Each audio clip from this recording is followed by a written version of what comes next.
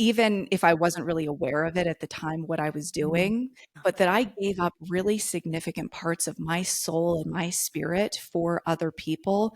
And for me to step back into that, what I Mm. really see is a deep, profound spiritual reclamation of my spirit at its core. Because what that does with that intention and then those actions, it literally moves the molecules and the identity changes and we become a new, different person, Yeah. more of who we really are. And that part is the empowering, and nothing can stop us when we embody that part of who we are being. So we invite you to really search in your own past, in your own history, and connect in, plug back into those places that maybe you have let go for many reasons. Where are places that you can reclaim for yourself that maybe you have let go, or places that you know you need to form a whole new story and identity Yeah. around? This is The Becoming, a podcast about the sacred and powerful journey of awakening and becoming who you truly are. We're your hosts, Kate and Judy Moon. As a mother-daughter duo with many years of experience in coaching and personal transformation and lifetimes of wisdom between us, together we explore what it truly means to come alive, living with deeper meaning and purpose, breaking generational chains, reclaiming freedom, and guiding the soul's return to wholeness. Through soulful conversations about healing, transformation, and the power of MDMA-assisted therapy, along with raw, behind-the-scenes reflections and insights that illuminate the path forward, we invite you into a journey that's not just about healing your past. It's about breaking through the invisible barriers that have kept you stuck and finally stepping into the life you've always known you were meant for. Whether you're in the middle of a heartbreak, an awakening, a breakdown, or a breakthrough, you're not alone. This is The Becoming. All right, so diving in today, we have some juicy conversations to have all about what it is to really claim or reclaim a new identity Mm. and a new story, what it is to rewrite an old story from the past, one that is actually not accurate.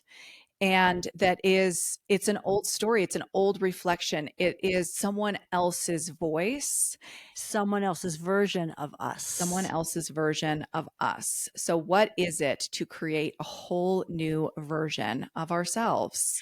That is authentic, that is actually more accurate, that is actually who we really are and our potential that we are now claiming for ourselves, even when we might have wobbly feet in the process Absolutely. because of the old stories that have been told. Absolutely. Let's go to this whole idea of claiming a story, or really where to go to the core of all of this, to really the root cause of what has to occur in order for us to take on a certain identity or a certain story to begin with.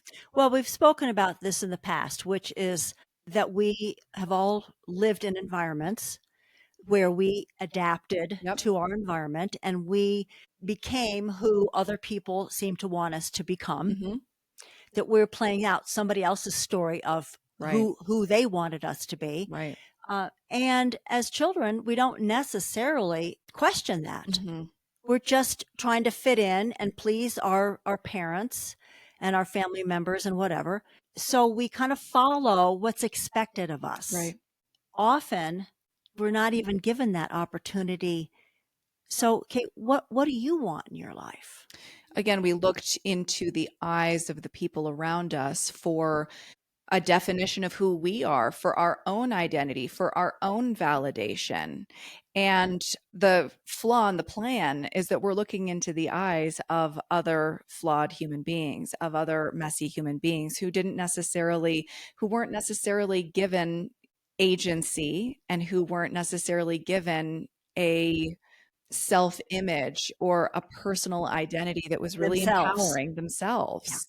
And so they're passing that to us. So oftentimes without, even the most well-meaning person will or parent will pass along a disempowering story, or they're not actually there to foster the gifts, the talents, the interests. They can't see you really properly, Absolutely. uniquely you. Yeah. They see themselves in there, Yeah. in that, and they see their own fears. And maybe they didn't even really know to give opportunities, or maybe because of the circumstances that they were born into, they really didn't have They opportunities. never had opportunities, so they didn't even know that opportunities maybe perhaps could exist. I mean, that sounds crazy to think that, but if they didn't experience it, if they weren't given opportunities, if they lived their lives, young lives, in survival mode in a Absolutely. family, then, ballet classes or being able to play, soccer or go skiing or all those things that many kids have really great activities, fun activities after school. But if you didn't do it yourself, meaning the parent, Yeah, two things can happen. One of them can be that they don't even think that that's a possibility. That's sure. one. I'll say three things can happen. Mm, The second one is there's a part of them that feels that it's not necessary. mm, And the third piece is I want to give you mm, every opportunity I can to be the human that you were sent here to be, that mm. I want you to have even more than I had. Right. There's a line that you and I talk about in Little Fires Everywhere that feels Mm, so appropriate yes. here. And it's from the TV show, not the book, but it's Reese Witherspoon's character is talking to Kerry Washington's character. So, and there's a lot of racial undertones and subject matter inside of this whole story. And Kerry Washington says to Reese Witherspoon's character, she says, "You didn't make good decisions, you were given good decisions." And that's really the truth of it is that for so many of us, that really is the conversation of privilege, is that, you've been given something. Or many of us and many of our listeners here, you weren't given opportunities because that really just wasn't in the conversation.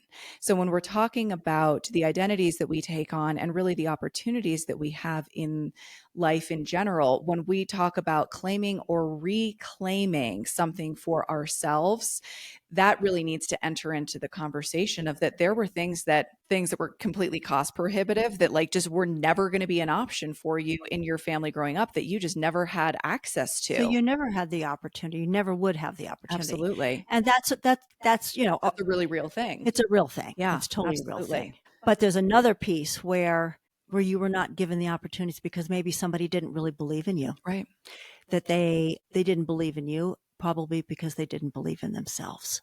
That was something that they learned about themselves. And I remember something my mother would say, don't get too excited because, if it doesn't work out, it may not work out and you don't want to be So disappointed. don't get your hopes Don't up. get your hopes up. And so And that was therefore, probably her unskillful way of yes, protecting you from exactly, disappointment. exactly. But then what a young girl learns is, well, don't get your hopes up and you're probably going to fail anyway. Exactly. Yeah.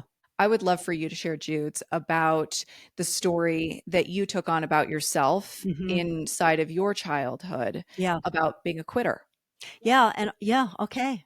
Um, And also it had to do with being smart or not smart. Mm, And it was in relationship to my older sister, 5 years mhm. older, and I remember this period of time, it was probably like third and maybe fourth, fifth grade, kind of Yeah. around there. And my sister Janie, 5 years older, she was in junior high and into high school.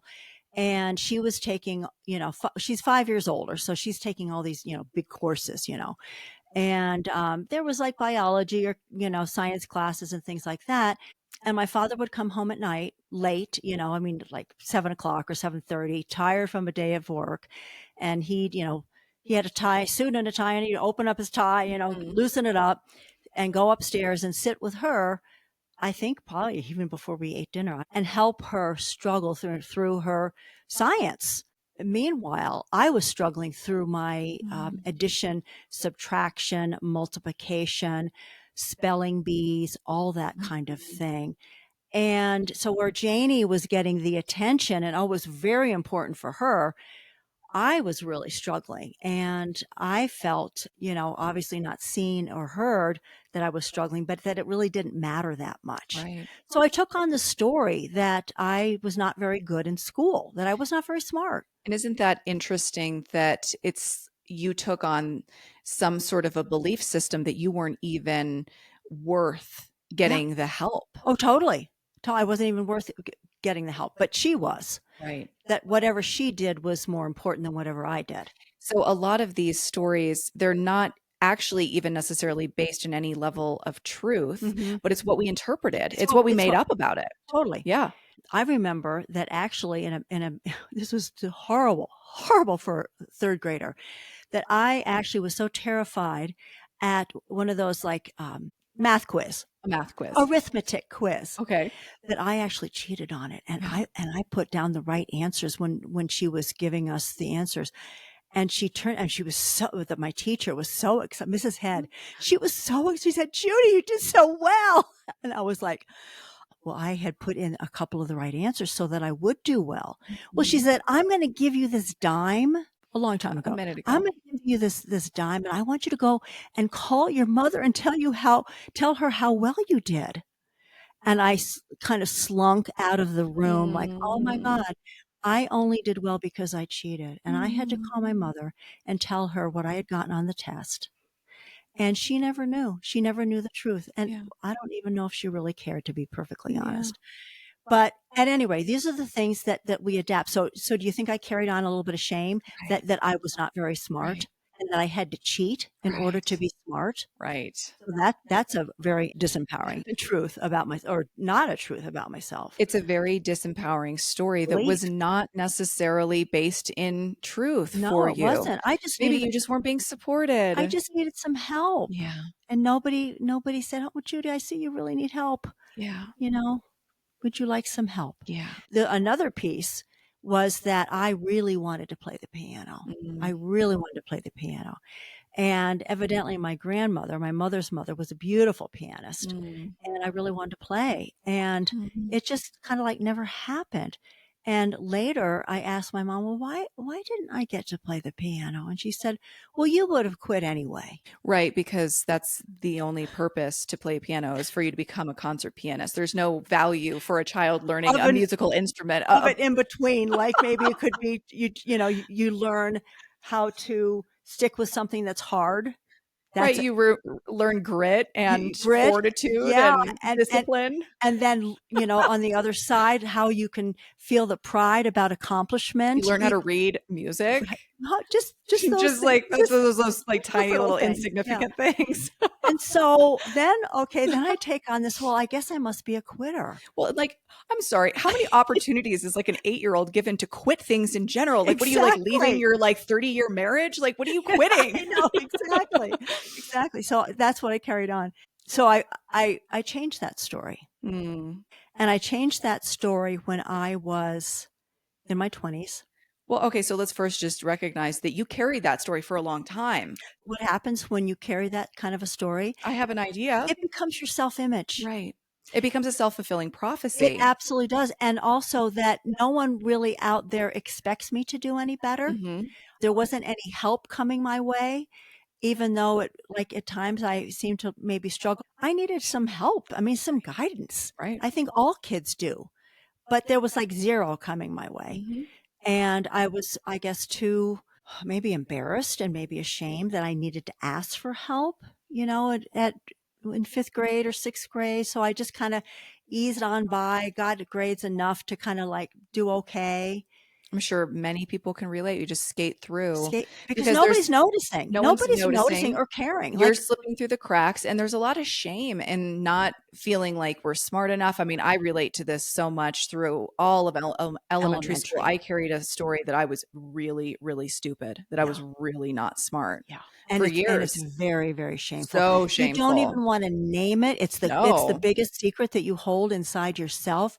And if anybody knew that you felt that way, it's devastating. It's a deep, dark secret. Because what if it were true? I Absolutely. mean, you kind of you do believe it's true, but what if somebody else believed it was true too? Right. So you just learn to ignore it, but you skate on through. Somehow you manage life. So I guess this was in my 20s. I had given birth to my second son. Many of you know this story. I won't go into the whole details of it, but my second son was born with a genetic disorder and that we carried in our family. And that my parents had had two boys with the same genetic disorder and then two daughters, my sister and me. The two boys both died, one at 7 months and the other at 14 months. We ended up with a family of two girls and the two boys who died.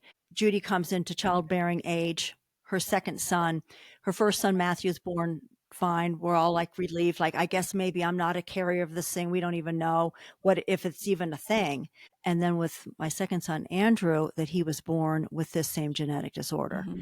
And so I knew the moment he was born, I knew exactly what was in front of me. So did you quit that? Did you quit your child? Well, I'll say it was the greatest nightmare. I mean, the greatest, like, this is, oh my God, this is really happening. And no, I didn't, nor would I ever. And I knew that about myself, but it was the hardest. He lived for 7 months, and I always say it felt like 7 years or more. It was really, really, really hard. And I don't need to go into details about how hard it was, and there were moments that I was, I remember running upstairs at one point, Matthew was like a year and a half, almost 2. And I guess, he was napping and Andrew was crying. I was like, oh my God. And I just thought, this is the hardest thing I'm ever going to do in my life. And I don't know what to do. And my husband at the time, he was completely checked out and rarely even home. He'd come home after everybody was in bed. I thought I was going to lose my mind at times, honestly. But one thing I learned about myself is I am not a quitter. You're not a quitter. I am not a quitter. I ran upstairs to go to my bedroom and cry for like 5 minutes. And then I was back. You're back at it. I'm back at it. But I did not quit. I completely was present for both of those kids. And I know that to the very core of my being. So what starts to happen is that we begin to accumulate evidence to the contrary of the story that we were given about a false identity that's not actually authentic and true to us. And I became very, not even confident. I knew who I was, the strength that I had, the fortitude that I had, and that I can actually handle anything. And that's who I am. It changed my entire identity.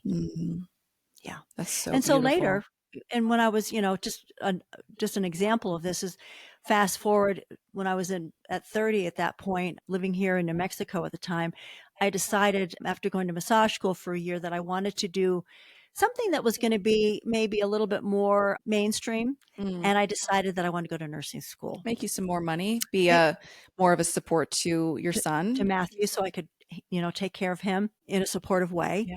And I felt really excited. It was a big challenge. And I knew that going to nursing school was a big deal. With all the sciences and learning how to become a nurse and all of that. I didn't back down for a minute. Amazing. And when it came to my chemistry class, everyone was terrified of chemistry, myself included. But what I did is every single class that I had, I would go in and talk with a professor after every class that I had with her. And she was lovely. And I would just ask her questions. And I did it for every class. And when it came to our first test, I was the only one in the room, and not just a small classroom. Like a seminar. That got an A on the test. Go Judy Moon. And so that completely, like, I know that when I put my mind to it, when I make a decision, I've got it. And so that changed the trajectory of my life, honestly. No kidding. But here's the thing. No one could give that to me. I had to learn that myself. And I had to challenge myself in areas where I felt wobbly and perhaps uncertain, but that it was non-negotiable. I was absolutely 100% going to be completely there for my child and my both Matthew and Andrew. And when I made a decision to go to nursing school, I am not a quitter. I'm a winner. You know what strikes me so much from what you're sharing is that it's really only through abrasion that we end up finding out who we are. It's really when we're pushing against hard things. It's I'm like, I'm going to say it's the hard, Kate. it's the hard. I'm going to say It it. is the It's the hard. hard. It is. We learn who we really are I mean, and our capabilities. I relate to this so much. Again, I relate to struggling with school. Things that were really hard for me were science, math, languages. I would have, And you went to a prep school, I did. so there were high There were expectations. high standards. Yes. You know, typically kids weren't really partying a whole lot. They were studying. It was cool to do well. It was cool to It do was well. cool to do well, and you were kind of a loser if you weren't. But I would have legit panic attacks before going into Spanish class for years. I remember there's one particular teacher, and it was second period. So it was at 8:55. Like, this still lives inside of my body. 8:55 a.m. And I would start having a legit Oh, panic attack. I totally get it. And then when I was 20, I packed up my whole life into 2 suitcases and I moved to a foreign country where I could barely order a cappuccino. And within 8 days of arriving, I had to go to the Questura, which is the police station in Rome, and navigate and stumble through barely speaking Italian in order to register myself in the country. I worked in a restaurant. I threw myself every single day into a foreign language. Uncomfortable situations, For Kate. 5 You chose years, to do for that. 5 Yeah. years, there was not a day that there wasn't something that was out of my comfort zone. And you learn to get comfortable, you get comfy in the discomfort, and it's good for you. I had a ballet teacher who would always say when he would give us a particularly challenging combination or we'd be doing something that was really hard, he'd say, "It's so good for you. It's like taking vitamins." So it's like taking vitamins. But it is. It challenges us. That's the only way we're going to grow. We only know Staying safe is does not mean it is not the formula for growth. it's not. And the only way that we know our strength is by picking up things that are heavier than we think we're capable of. And then we find that we're actually capable of it and we build muscle. We build muscle. So this is about building spiritual muscle. So when we're talking about claiming things for yourself, you might still be carrying an old identity or like literally like a sack on your back, this heavy weight that you're carrying an old identity that's actually not accurate. But in order to claim the new identity, it's not just going to drop in on you like a feather.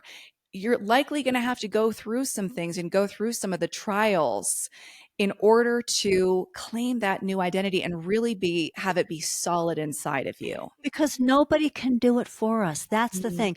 Perhaps people were not available to us when we were young Yeah. and did not support us in ways that would really make life a lot easier as adults, let's just say. Yeah. But guess what? It didn't happen. And guess Yeah. what? We're adults now. We can either be victims or we can step it up and say, okay, so this is important to me, Right. like you did, Kate. Yeah. It was so important going to Italy and studying there was so important to you Yeah. that you did not make up at least outwardly, a big deal about, okay, I'm going to have to learn the language. You just did it. I feel that inside of myself is that I didn't make No, exactly. the other thing. And I look back on that 20-year-old girl and I'm really proud of her. One of the things that she never expected anyone to come in and do it for her. And she didn't have any level of privilege of like, oh, well, you need to speak my language. It was like, I'm in your country. Like I'm a nobody. And that's something that actually can be a great thing about travel, about studying outside of our country of origin, studying abroad. I don't have privilege. I don't have privilege. Like, this isn't about me. It actually, like, it makes us so much smaller in the face of a much vaster world, which I think is always a good thing. It's always good. Yeah. We don't take ourselves too Too seriously. seriously. It's like, yeah, And that we're totally. like too important. Yeah. Yeah. So I just know that by the time those 5 years were up that you stayed, because you studied for a couple of years and then stayed and worked in the Vatican, you were a tour guide and all the things. When I would go to visit you, we'd have all these amazing Adventures. adventures. It was like so much fun, So fun. so fun. But every time I would come, you would be your Italian was, I saw you in action, and I was always completely impressed because Spanish was always really hard for me too, and I Yeah. hated it. I totally, I I hear think you, sister. I got through 2 classes of it. Like, oh my It was God, you got to be rough. kidding! It was It was rough, rough. totally rough. But by the fifth year, Yeah. the last time when I came and we traveled and had so much fun, and then you came back to New Mexico at that time, it was really obvious that Mm. Took a quantum you leap. were so comfortable Mm-hmm. with your Italian. You took a quantum leap. You had taken a quantum leap, Mm-hmm. and you were just so easy. It was like, and maybe not always within yourself, but it appeared on the outside. You were making jokes with people in Italian, and these were people on the train, and you were just chit chatting and just naturally. And it was so lovely to see how much you had grown. Mm-hmm. Growth looks good on us, doesn't it? Growth looks really good It on really us. does. And so Italian has been something that's really important to you. And yet moving back to the States, how many people around do we know that are speaking Italian? How do you keep up your Italian? Well, I haven't. So I'm a little rusty. I'm super rusty. It's been 14 years. But the interesting thing is, so over this last year, Let's talk about the reclaiming yeah. piece, about So what's important to us. So over this last year, we've been sharing through all of the episodes of this podcast so far about this awakening that we have both been inside of. And this is an awakening that's inside of a much larger awakening that's been happening for a long time. Like, this has been something that you and I have sought for years and years and years. And we have really put ourselves intentionally in a lot of environments that cause a lot of growth. And yet this And that have been last uncomfortable, very very uncomfortable. uncomfortable. And yet this last year has been on a whole other level for so many reasons. And inside of this last year, in our last episode, we were talking a lot about self-abandonment Hmm. and recognizing that there's always a cost to everything, I believe. We exchange our life force for things every single day, what we're pouring our energy and our attention into. And over the years, with the two of us being so focused on entrepreneurship, on our business, on coaching, on growing ourselves, there were things that definitely went on the back burner. And some of this is stuff that I also, in a way, I was very open to being like, brainwashed with. Evidently. I'm thinking of a lot of mentors out there that was like, one track mind, single focus. And there's nothing like inherently incorrect about that, but there were things that were really important to me Yeah. that on this journey that I let go of. And that's part of the law of sacrifice. The law of sacrifice is Mhm. really about giving up the lesser for the greater. So there were maybe things that, at least at the time, felt like they were not as important. Well, and truly, I mean, we only have so many hours in the day, Yeah. and not everything gets to go with Not everything us. gets to go with It us. it absolutely doesn't. We gotta And we gotta pour our focus into a handful of things. So like this, I can completely totally. agree with. And yet there were some things that over the years, and so why I'm sharing this is I think that we can let go of things naturally just through the busyness of life. But there were also situations where I feel like some of my passion, some of my light was really stolen from me, or I allowed it to be stolen from me. Well, we allow other people, Kate, to influence We us. do. We have in the past, we're not aware necessarily that we were allowing other people to influence what was important. So there was a significant relationship that I was in for about 3.5 years in my late 20s and early 30s. So this is something that I left, I don't know, 8, 9 years ago now. And Not that long ago. yes, Yay. thank God. Thank the sweet baby Jesus. We're getting real here, guys. Yeah. So this is with someone who was probably one of the greatest learning lessons of my life. It Mhm. actually, this relationship really illuminated things from my past and from my childhood, and specifically through my relationship with my father, through a lot of belief systems around relationships with men. It revealed a lot of how I actually felt about myself deep inside, the lack of self-esteem that I had. Like, I've always been someone that I think people would look at and see she's really confident, she has a lot of self-esteem, but the places where that the lack of self-esteem would shine through would be through relationships. Mm-hmm. And this is someone who was incredibly controlling, incredibly toxic, incredibly narcissistic. And I'm not throwing that term around lightly in the way that, kind of happens on social media now. Like, we're talking like narcissistic personality We're disorder. we're talking real.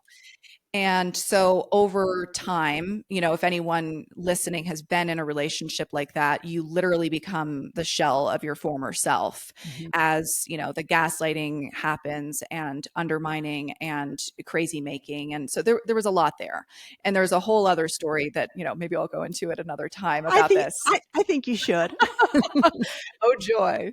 But anyway, there were things that in order to stay inside of that relationship, that I had to give up about myself in order to keep even some level of stasis or status quo going in there. I mean, there was a lot of tumult, and I'm not a particularly tumultuous kind of a human. You're pretty easy I'm to live with. pretty, I'm Yeah. a pretty even keeled human.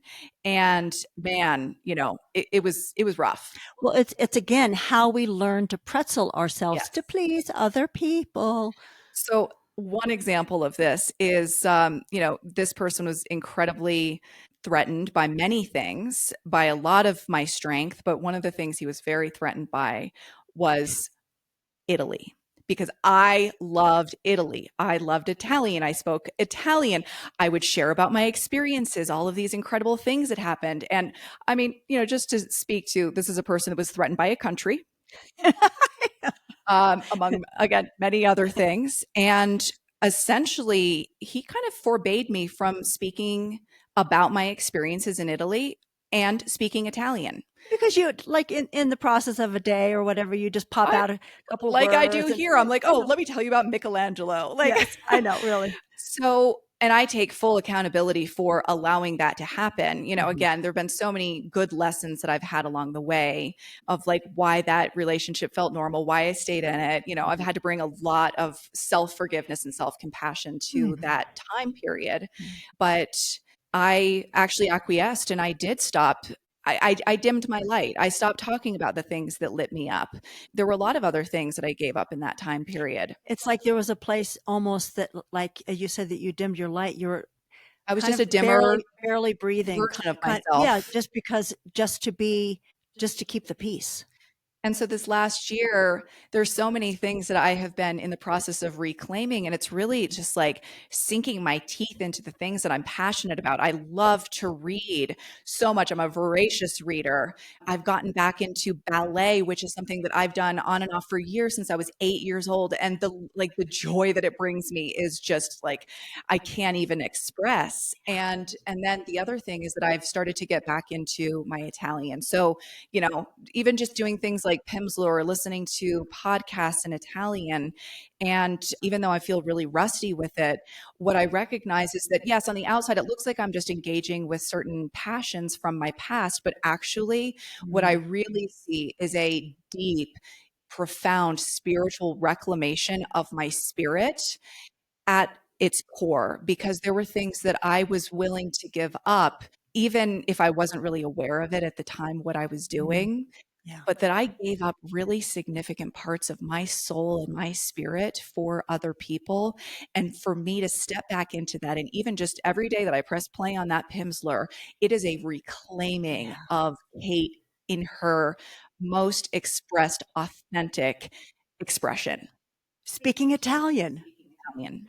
Well, here's the thing, Kate, and I'm just going to say, not everyone is going to get the fact that what you are doing is you are reclaiming your soul's passion. Like this is an inner, Yeah. inner It's job. deep. This is It's deep. This is deep. very And important. so let us all perhaps consider that when we revisit things that we've let go in the past, or if we look back at a story, that what am I doing today? Mhm. Let's give it the credit that it's due. What am I doing today that actually is reclaiming something that is really deep and meaningful to me? Because it's easy to kind of go, meh, yeah, I'm just reading books, or meh, I'm listening to Pimsleur. But in your heart of hearts, what this is doing is this is changing you from the inside out. What we're talking about is the intention that we bring The to intention. it Exactly. is more important than the thing itself. It's not just Exactly. about picking up a book. It's not just about downloading an app and No. practicing some Italian. The intention behind it is so deep and profound and meaningful. Because what that does with that intention and then those actions, it literally moves the molecules and the identity changes and we become a new, different person, Yeah, more of who we really are. And that part is the empowering, and nothing can stop us when we embody that part of who we are being. absolutely. And So that's the point. So we invite you to really search in your own past, in your own history, and connect in. It's like plugging into an electrical socket, plug back into those places that maybe you have let go for many reasons. Maybe it's because you've been a parent and you've been so busy on raising tiny humans, and that's Yeah. totally fair. But where are places that you can reclaim for yourself that maybe you have let go, or places that you need to actually, that you need to form a whole new story and identity Yeah. around? And it can be like a tiny new action, A baby a step, baby a step, baby step. because maybe that's all that you have the time for right now because you are taking care of literally babies and Yeah. toddlers or whatever, Yeah. that you have very little time at this short period in your life, but that you could do. What could you do with the time, even the baby step that you could Yeah. take? What could you start today to reclaim something that really means something to you? One of them is you and I have completely let go of TV, movies, It Netflix. doesn't mean that like we're never going to watch it again, but it's just like we read. Well, we have a lot of passions. You and I We really do. do have a lot of interests and a lot of passions that I don't we have enough time. That's my story. It's like there's so much that I want to do. well, so we've had to look at our lives and say, so how important were those 6 seasons of Game of Thrones? Like by the end, when we got to the end and it was Like like the that biggest last, letdown of all time, it was like, wow, I'm so glad I just spent the last 6 years of my life investing in this. Maybe I don't need to do that again. I think that's the mic drop for the day. Go cancel Netflix. Anyway, goodbye. Anybody relate? Thank you so much for Oh, joining us on this really deep and soulful mm. conversation for us that we have been inside of for a long time. That's so important. And And we hope that it touches something in you, that there's some value here that you can claim for yourself in who you are and who you are becoming. we'll see you in the next episode. Ciao for now. Ciao for now. Thank you so much for listening to The Becoming. We'd love for you to join our growing community. Please subscribe to the podcast, share this episode with a friend, and leave a 5-star review. It truly means the world to us and helps others to find their way here too. We'll see you in the next episode.